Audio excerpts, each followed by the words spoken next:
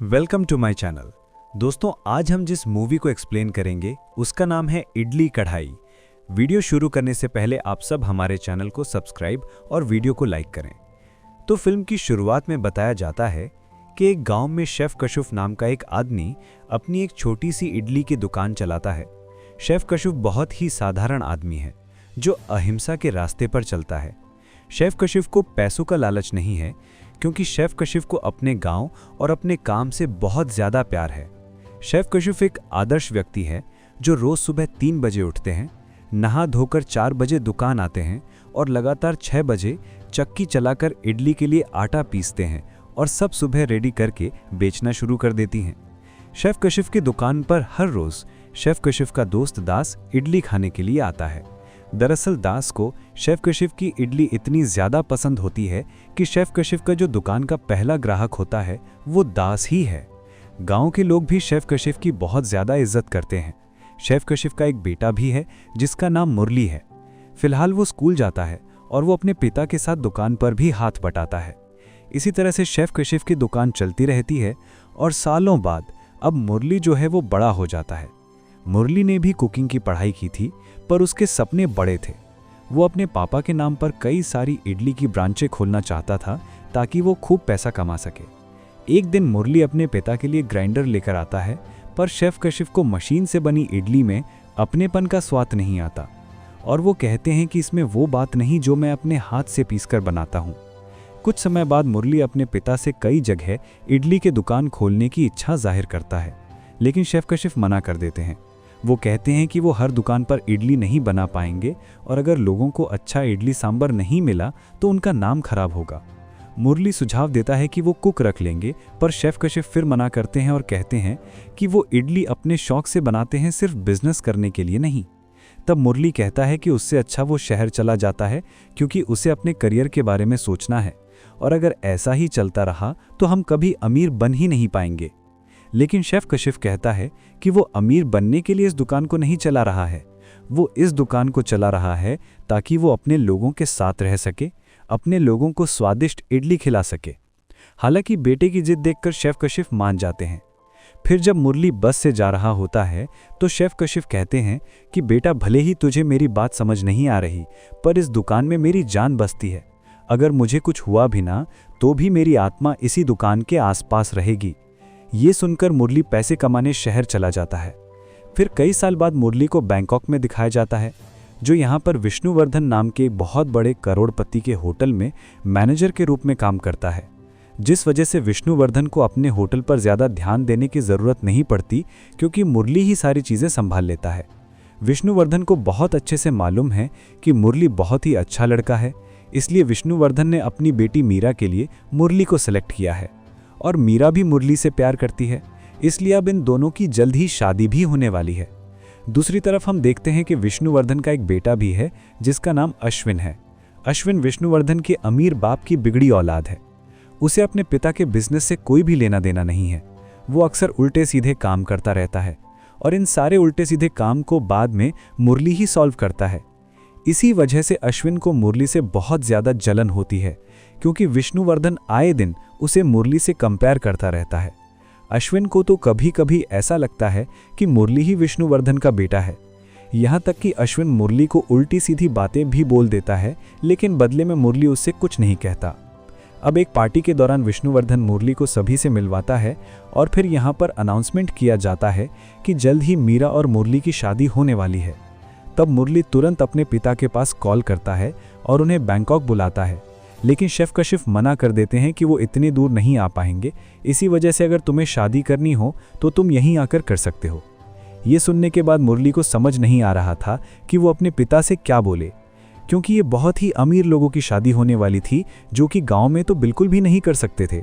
फिर अगले ही दिन एक खबर आती है कि अब उसके पिता इस दुनिया में नहीं रहे।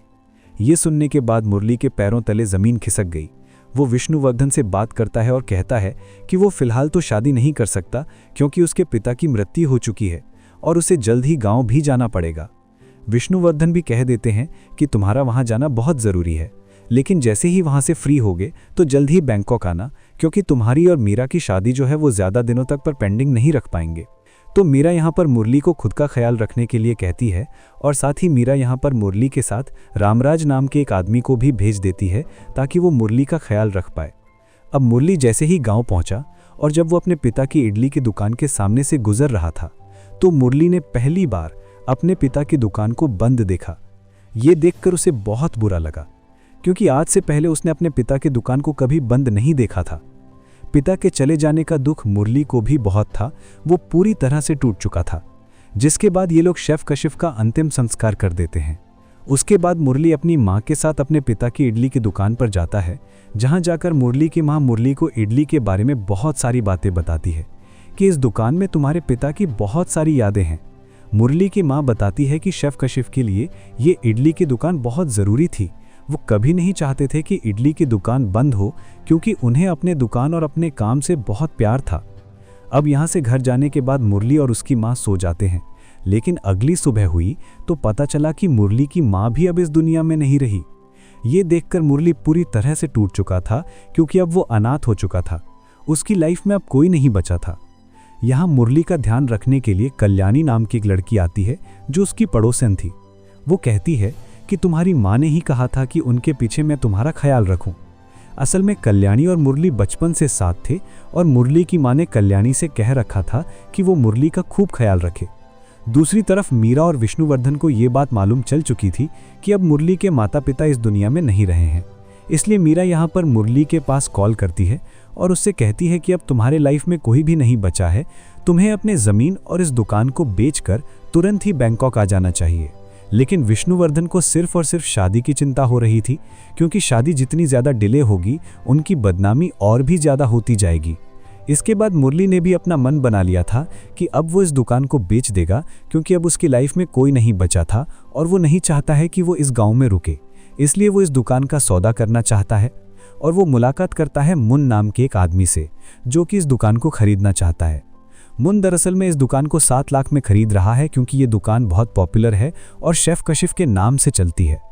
फिर जब मुरली यहाँ से अपने घर पहुँचा और जब वो रात को सो रहा था कि तभी उसे अपने पिता की कुछ बातें याद आईं। मुरली को यह एहसास हुआ कि ये दुकान उसके पिता के लिए कितनी ज़्यादा ज़रूरी थी और आज वो उसे ही बेचने के लिए निकला है।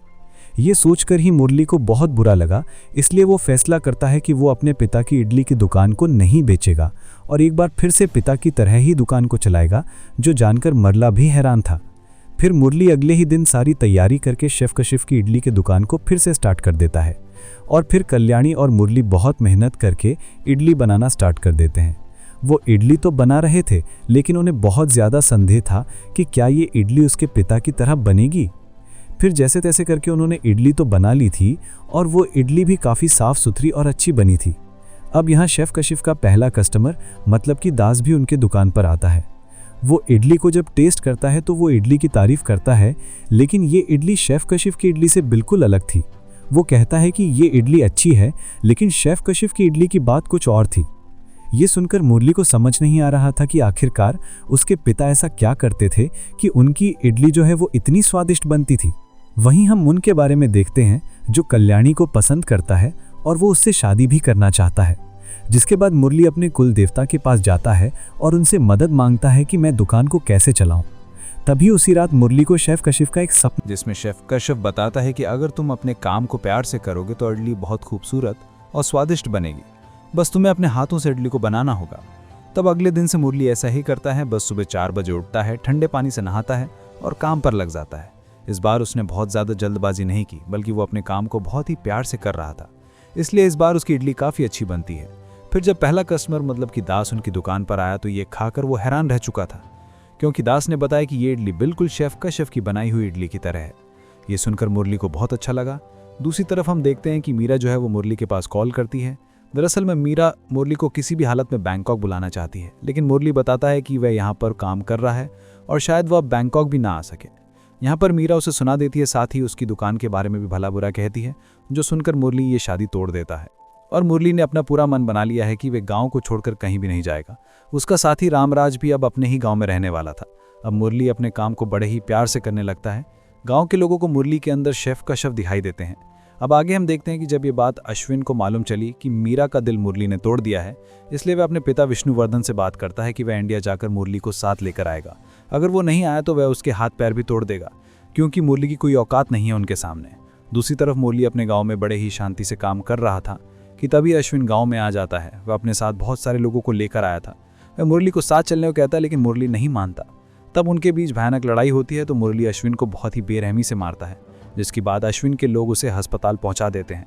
वहीं उसे मारने के बाद मुरली को पछतावा जरूर हुआ था, क्योंकि अगर शेफ कश्यप यहाँ पर होते तो वह झगड़ा नहीं होने देते, और मुरली भी अब उन्हीं के रास्ते पर चल रहा था। इसलिए वह सोच लेता है कि ना तो वह किसी से झगड़ा करेगा और ना ही किसी को झगड़ा करने देगा, क्योंकि अब वह अहिंसा के रास्ते पर था। पर मुरली ने अश्विन को बहुत ही बुरी तरह से मारा था, इसलिए विष्णुवर्धन और मीरा को भी इंडिया आना पड़ता है, जिसके बाद विष्णुवर्धन के पास मुरली आता है माफ़ी मांगने के लिए।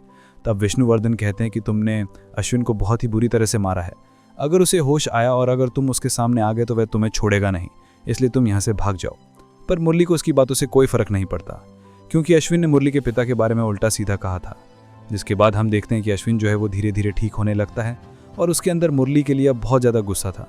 वहीं मुरली भी अपने काम से पूरे गांव का चहेता बन गया था। फिर एक दिन अश्विन फिर से अपने गुंडों को लेकर मुरली के पास जाता है, लेकिन इस बार मुरली अश्विन के ऊपर हाथ नहीं उठाता, इसलिए अश्विन मुरली को बहुत ही बुरी तरह से मारता है। अश्विन के अंदर मुरली के लिए इतना ज़्यादा गुस्सा है कि वह मूर्धन को जान से मारना चाहता है, लेकिन विष्णुवर्धन कहते हैं कि अगर तुमने उसे जान से मार दिया तो गाँव के लोग तुम्हें छोड़ेंगे नहीं, क्योंकि गाँव के लोग मूर्धन को बहुत चाहते हैं। लेकिन फिर भी अश्विन नहीं माना। वह मूर्धन को शूट करके उसे जंगल में छोड़ देता है।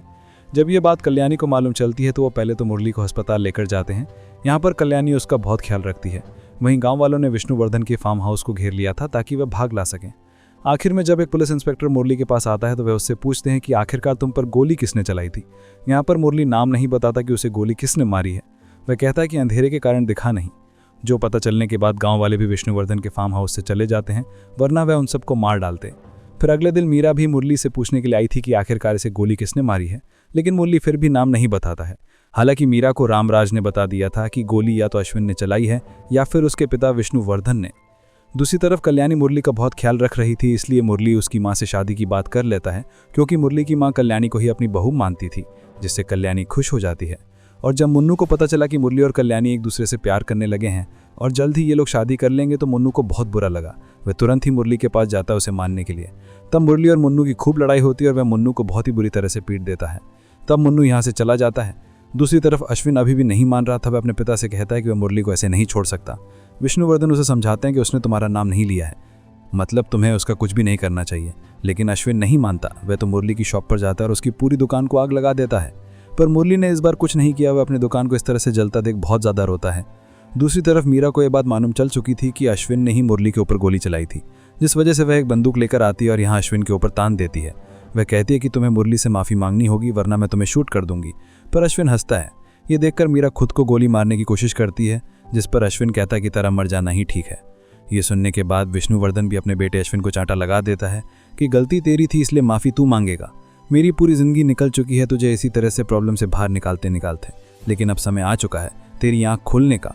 ये सुनकर अश्विन के होश उड़ जाते हैं। दूसरी तरफ मुरली और कल्याणी ने फिर से दुकान बना ली थी और वह फिर से काम करने लगे थे। गांव के बहुत सारे लोग उनकी इडली खाने के लिए आने लगते हैं और जब अगले दिन विष्णुवर्धन, मीरा और अश्विन पहुंचते हैं तो अश्विन यहाँ पर मुरली से माफ़ी मांगता है। मुरली भी ज़्यादा देर नहीं करता बल्कि वह उन्हें माफ़ कर देता है। यहीं पर यह मूवी खत्म होती है, जहाँ मुरली ने अपने पिता के सपने को कभी मरने नहीं दिया। और इसी के साथ ये मूवी यहाँ पर ख़त्म हो जाती है। ऐसी और वीडियोज़ देखने के लिए हमारे चैनल को सब्सक्राइब करें।